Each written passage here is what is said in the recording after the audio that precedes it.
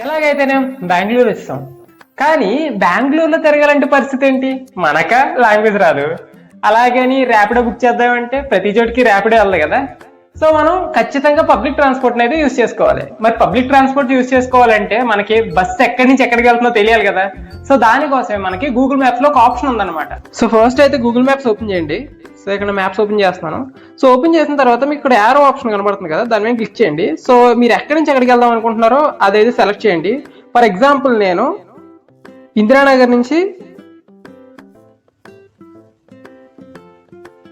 నేను Bannerghatta zoo park వెళ్దాం అనుకుంటున్నాను.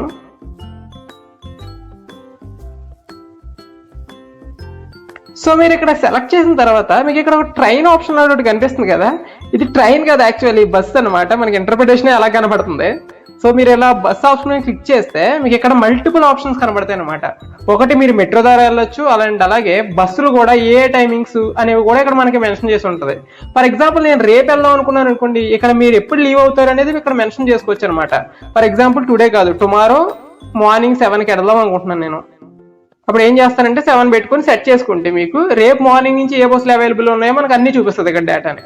సో ఈ మెథడాలజీ అయితే ఫాలో అయిపోండి, మీకు పబ్లిక్ ట్రాన్స్పోర్ట్ అయితే కంప్లీట్ గా యూజ్ చేసుకోవచ్చు, ఎక్కడి నుంచి ఎక్కడికైనా వెళ్ళొచ్చు అనమాట. That's it guys.